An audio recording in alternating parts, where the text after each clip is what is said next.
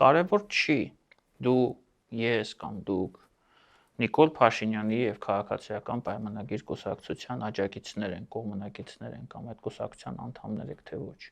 Կարևորը տվյալ դեպքում ինձ համար հետեւյալն է։ Նիկոլ Փաշինյանը եւ քաղաքացիական պայմանագիրը լեգիտիմ ընտրված իշխանություններ են։ Ցանկացած ուժ Հայաստանի ներսում,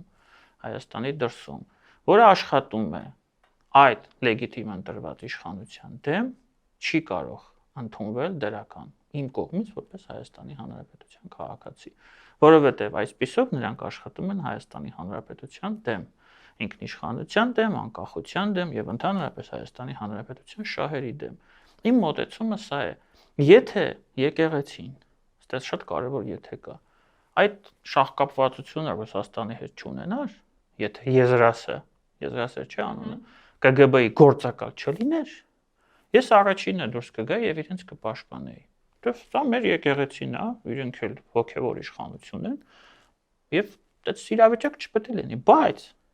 մենք ունենք ցավալի իրողություն, երբ որ եկեղեցին, ես նորից եմ ասում, դարձել է մանրադրամ իրենց ձեռքով։ Իրենք այդ ամբողջ կառույցը, լուրջ ինստիտուցիոնալ կառույցը դարձել են մանրադրամ ներքաղաքական եւ արտաքին, սա էլ պետք է նշենք, քաղաքական խաղերում։